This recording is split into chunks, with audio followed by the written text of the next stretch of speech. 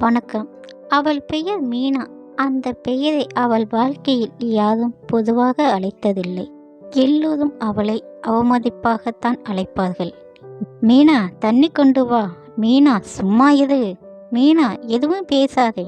அந்த வார்த்தையில் அவளுக்கு அன்பு இல்லை. இந்த கதையை தொடர்ந்து கேளுங்கள், லைக் பண்ணுங்கள், உங்கள் எண்ணங்களை கமெண்டில் சொல்லுங்கள்.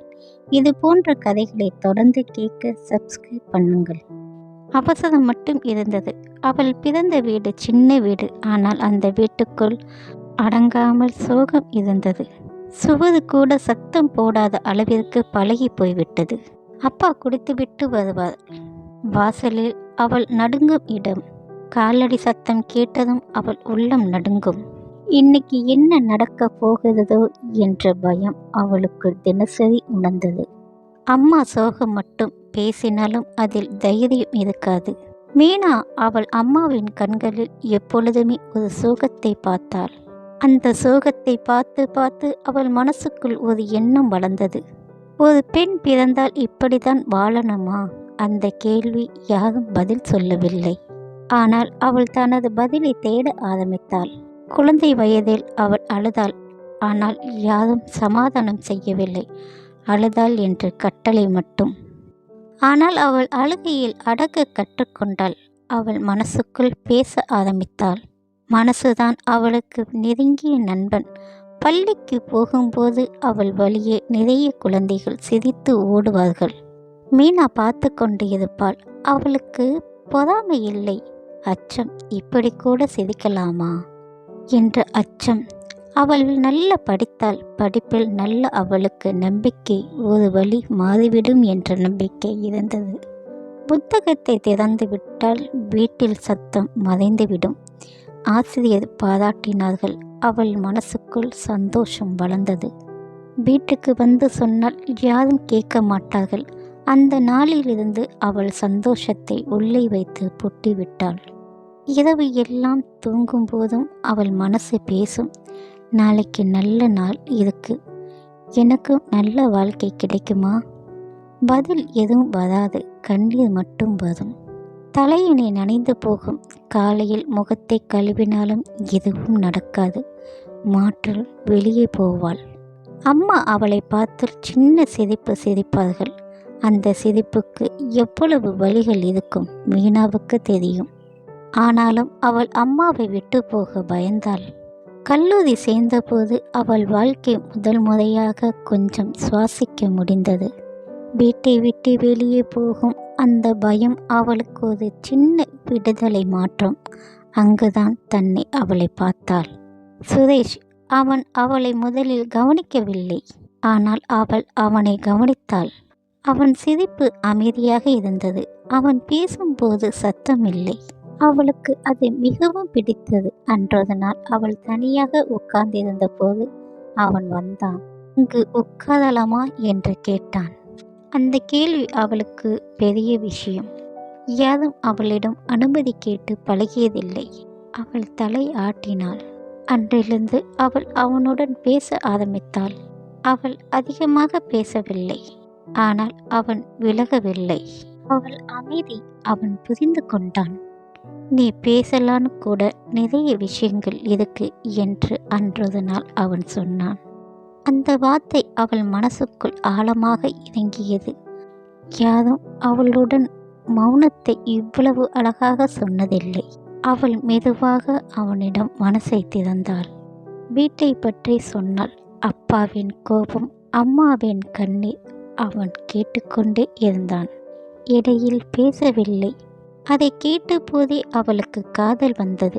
அவன் அருகில் இருந்தால் அவள் மனசு லேசாகும். அவள் சிரிப்பு உண்மையாக வரும். அந்த சிரிப்பை அவள் தன்னால் பார்த்து ஆச்சரியப்பட்டாள். நான் இப்படி சிரிக்க முடியுமா என்று அவள் காதல் வந்தது என்பதை அவள் உணர்ந்தாள். ஆனால் சொல்ல பயந்தாள். என்னை நேசித்தால் அவன் வாழ்க்கை கஷ்டமாக போய்விடுமோ என்று பயந்தாள். அன்று அவன் சொன்னான், மீனா, இதெல்லாம் ஒரு நாள் சரியாகி போய்விடும் என்று. அவள் கண்களில் கண்ணீர் வந்தது. அது கண்ணீர் சந்தோஷத்தை கொடுத்தது. பயம், நம்பிக்கை எல்லாம் கலந்தது. அவள் எதுவும் சொல்லவில்லை. ஆனால் அவள் மௌனம்தான் அவன் பதில் என்று புரிந்து கொண்டான். இருவருமே கனவுகள் பேச ஆரம்பித்தார்கள் மெதுவாக. அவசரம் இல்லாமல் வாழ்க்கை இவ்வளவு எளிதாக இருக்காது என்று மீனாவுக்கு தெரியும். ஆனால் அந்த கனவுகள் அவளுடன் உயிரோடு வைத்தது. மீனா சுரேஷின் வாழ்க்கையில் வந்த பிறகு அவள் நாட்கள் கொஞ்சம் மாற ஆரம்பித்தது. மாற்றம் ஏற்பட்டாலும் சோகம் இல்லாமல் இல்லை. ஆனால் அந்த சோகத்தில் ஒரு ஆறுதல் வந்தது. அவள் காலையில் எழுந்து முதல் நினைவுகள் அவன். இரவு தூங்கு போகும் முன் கடைசி நினைவு அவன். அவள் அவனை நினைத்தால் அவள் முகத்தில் தெரியாமல் ஒரு சின்ன சிரிப்பு வரும். அந்த சிரிப்பு அவளுக்கு அச்சம். நாம் இப்படி சிரிக்கின்றோமே என்று கண்ணாடியில் பார்த்தாள். ஆனால் அந்த சிரிப்பு வீட்டுக்குள் நுழைந்தவுடன் மறைந்து போய்விடும். வீட்டு வாசலில் அவளுடைய மனசை மாற்றும். அப்பாவின் கோபம், அம்மாவின் அமைதி, அந்த சுவரின் மௌனம் எல்லாம் அவளை மீண்டும் பழைய மீனாவாக மாற்றும். சுரேஷ் அவனுக்கு அடிக்கடி சொல்வான், எதுவானாலும் எனக்கு சொல். ஆனால் மீனாவுக்கு எல்லாத்தையும் சொல்ல மனசு வராது. என்னுடைய சோகத்தை அவன் சுமக்க வேண்டாம் என்ற எண்ணம் அவளை அடக்கி வைத்தது. அவள் காதலை கூட தனக்குள் அடக்கி கொண்டாள். அவள் கல்லூரி படிக்கும்போது நிறைய பேர் பேசுவார்கள், சிரிப்பார்கள், காதலை பற்றி ஜாலியாக பேசுவார்கள். மீனா மட்டும் அமைதியாக இருப்பாள். அவள் காதல் சத்தம் போடாத காதல். அவள் காதல் கண்ணீருடன் கலந்த காதல். அன்றொரு நாள் கல்லூரியில் விழா நடந்தது. எல்லோரும் சந்தோஷமாக இருந்தார்கள். மீனா கூட சிரிக்க முயற்சி செய்தாள். சுரேஷ் அவனை பார்த்தான். நீ இப்படி சிரித்தால் அழகாக இருக்கிறாய் என்றான். அந்த வார்த்தை அவள் மனசை நொறுங்கியது. இந்த சிரிப்பு எவ்வளவு நாள் என்ற பயம் வந்தது. அவள் வீட்டில் அந்த நேரம் அம்மாவிற்கு உடல்நிலை சரியில்லை. மருந்து, செலவு, கடன் எல்லாம் மீனாவின் தலைக்கு மேல். அவள் இரவு தூங்க முடியாமல் புரண்டு கொண்டே இருந்தாள். சுரேஷின் மெசேஜ் டைப் பண்ணுவாள். எனக்கு பயமாக இருக்கிறது என்று அனுப்பாமல் அனைத்தையுமே டெலீட் பண்ணிவிடுவாள். அவன் சந்தோஷமாக இருக்கணும் என்பதற்காக அவள் தன்னுடைய வழிகளை மறைத்தாள். அன்றது நாள் வீட்டில் பெரிய சண்டை, திருமண பேச்சு. இந்த வயதில் கல்யாணம் பண்ணலாமா, பின்னாடி கஷ்டம் என்றார்கள். மீனா மனசுக்குள் துடித்தாள். அவள் மெதுவாக சொன்னாள், எனக்கு பிடித்தவன் இருக்கான். அந்த வார்த்தை அவளின் வாயிலிருந்து வெளியே வந்தது. வீட்டில் பூபகம். அப்பா கோபத்தோடு பேசினார். அம்மா அழுதாள்.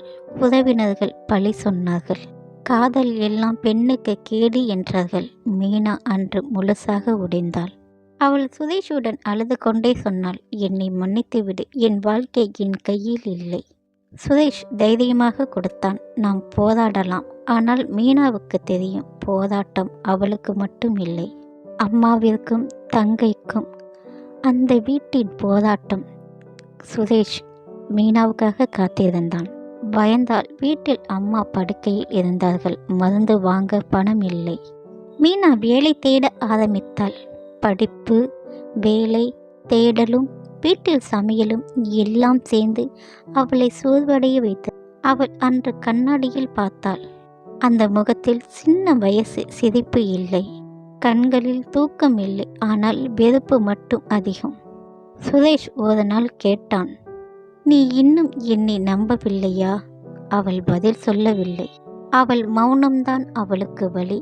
அவன் மனசுக்குள் ஒரு தீர்மானம் எடுத்தான். நான் அவனுக்காக அழகான வாழ்க்கை கொடுக்க முடியலை. அவளை கட்டிப்பிடித்து சோகத்தை இழக்கக்கூடாது. அந்த எண்ணம் அவளுக்குள் உள்ளுக்குள் கொன்றது. அவள் அன்றொரு நாள் சுரேஷுடன் மெதுவாக சொன்னாள், நம்மளால் முடியாது. அந்த வார்த்தை சொல்வதற்கு அவள் மனசுக்குள் உடைந்தாள். ஆனால் அவள் முடிவை மாற்றவில்லை. அவள் வீட்டுக்குள் திருமண முடிவானது. அவள் உள்ளுக்குள் சாக ஆரம்பித்தாள். திருமண நாள் நெருங்க நெருங்க அவளுக்கு இரவு பயமாக இருந்தது. தூக்கமில்லை. கனவில் சுரேஷ் வருவான். என்னை விடாதே என்று கேட்பான். அவள் எழுந்தாலும் கண்ணீர்தான். யாருக்கும் தெரியாமல் தலையணைகளை நனைப்பாள். திருமணமும் நடந்தது. கணவன் நல்லவன்தான். ஆனால் அவன் மனசை புரிந்து கொள்வான். அவள் மௌனத்தையும் அவள் அமைதியும் நினைத்தாள். இரவு அவள் திரும்பி திரும்பி படுத்தாள். சுரேஷின் நினைவுகள் அவளை விடவில்லை. அவள் மனசுக்குள் அவள் யோசித்து கொண்டாள், நான் சரியாகத்தான் முடிவெடுத்தேனா என்று. அவள் தன்னை ஒரு இயந்திரமாக மாற்றிக்கொண்டாள், வேலை, வீடு என்று. அவள் கல்பமாக இருப்பது தெரிந்தது. அந்த செய்தி அவளை பயமுறுத்தியது. சந்தோஷம் வரவேண்டிய இடத்தில் பயம். இந்த குழந்தைக்கு நான் நல்ல அம்மாவாக இருப்பேனா? அந்த கேள்வி அவளை துடிக்க வைத்தது.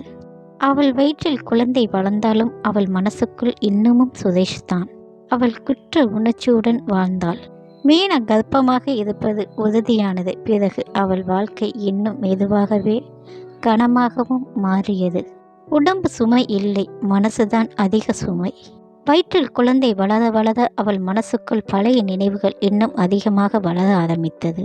சுதேஷின் நினைவுகள் அவளை விட்டு போகவில்லை. அவள் சில நேரங்களில் வயிற்றில் கைவேற்று மெதுவாக பேசுவாள். உனக்கு நான் நல்ல அம்மாவாக இருப்பேனா? அந்த கேள்வி குழந்தை பதில் சொல்லாது. கணவன் அவளை கவனித்தான். மருத்துவமனைக்கு கூட்டி செல்வது. ஆனால் அவள் மனசு எங்கோ இருந்தது. அவள் சிரித்தாலும் அந்த சிரிப்பு முழுமையாக இல்லை. இரவில் அவளுக்கு இன்னும் கடினமாக தூக்கம் வராது. படுக்கையில் புதண்டு புதண்டு அழுதாள். மாதங்கள் சென்றது. பிரசவ நாளும் வந்தது. அந்த நாள் அவளுக்கு வாழ்க்கையில் மிகப்பெரிய நாள். வலியும் அதிகம், பயமும் அதிகம். பிரசவ அறையில் அவள் மட்டும் தனியாக இருந்தாள். அந்த நேரம் அவளுக்கு அம்மாவின் முகம் நினைவுக்கு வந்தது. அம்மா இப்படித்தான் வயிற்றில் என்னை பெற்றிருப்பாள் என்று நினைவு வந்தது. அந்த நினைவுடன் கண்ணீர் வந்தது. குழந்தையும் பிறந்தது. அந்த குழந்தையின் அழுகை கேட்டதும் மீனா முழுமையாக உடைந்தாள். அந்த அழுகையின் அவளுக்கு எல்லா சோகமும் கலந்து போனது. குழந்தை அவள் கைகளை வைத்தார்கள். அந்த சின்ன கைகள் அவள் விரலை பிடித்த போது அவள் மனசுக்குள் இன்னும் பெரிய மாற்றம். இனி நான் தனியாக இல்லை. அந்த நிமிஷம் அவளுக்கு வாழ்க்கையை மீண்டும் ஆரம்பித்தாள். நாட்களும் ஆண்டுகளும் செல்ல ஆரம்பித்தது. அவள் குழந்தை பேச ஆரம்பித்தது. உனக்கு நான் வலிமையாக இருக்கணும். அந்த வார்த்தை அவள் தினமும் சொல்லிக் கொண்டாள். சுரேஷின் நினைவுகள் மெதுவாக மாற ஆரம்பித்தது. ஆனால் அந்த நினைவுகள் இப்போது அவளை உடைக்கவில்லை. காலம் சென்றது. குழந்தையும் நடக்க ஆரம்பித்தாள். அம்மா என்று அழைக்க ஆரம்பித்ததும் மீனா முழுமையாக உடைந்தாள். அந்த அம்மா என்ற வார்த்தை அவளுக்கு வாழ்க்கையை கொடுத்தது. அவள் அம்மாவும் நினைவு வந்தது. அம்மா எவ்வளவு வலிகளை தாங்கி வளர்த்திருப்பார்கள் என்று புரிந்தாள். அன்றொரு நாள் திடீர் செய்தி வந்தது. சுரேஷ் ஊருக்கு வந்திருக்கிறான் என்று. அந்த செய்தியை கேட்டதும் மீனாவின் மனசு துடித்தது. பயம் வந்தது. அவனை பார்த்தால் நான் உடைவேனோ என்று. ஆனால் அன்றொரு நாள் சந்திப்பு நடந்தது. கோயிலில் அவள் குழந்தையை கையில் வைத்து கொண்டாள். சுரேஷ் அவனை பார்த்தாள். அவள் முகத்தில் சோர்வு, கண்களில் பழைய மௌனம் இல்லை. அவன் குழந்தையை பார்த்தான். எதுவும் பேசவில்லை. கொஞ்ச நேரம் மௌனம். அந்த மௌனத்தில் பல வருடங்களுக்கு பேசாத வார்த்தைகள் இருந்தது. சுரேஷ் மெதுவாக சொன்னான், நீ சந்தோஷமாக இருக்கிறியா என்று. மீனா பதில் சொல்லவில்லை. குழந்தையை பார்த்து கொண்டே சொன்னாள், இப்பொழுது நான் முழுசாக இருக்கிறேன். அந்த வார்த்தை உண்மை. அவன் சிரித்தான். அந்த சிரிப்பில் வலி இருந்தது. அவன் சொன்னான், நீ ஒரு நல்ல அம்மா. அந்த வார்த்தை மீனாவின் பெரிய பரிசு.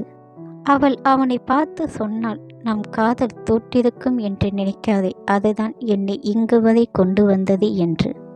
இருவரும் புரிந்து கொண்டார்கள். காதல் நிறைவேறவில்லை. ஆனால் அது வீணாக போகவில்லை. பிரிவு இருந்தாலும் பகை இல்லை. மீனா வீட்டுக்கு வந்தாள். குழந்தையை தூக்கி கொண்டாள். கணவன் அவளை பார்த்து கேட்டான், எல்லாம் சரியா? அவள் மெதுவாக சிரித்தாள். சரி.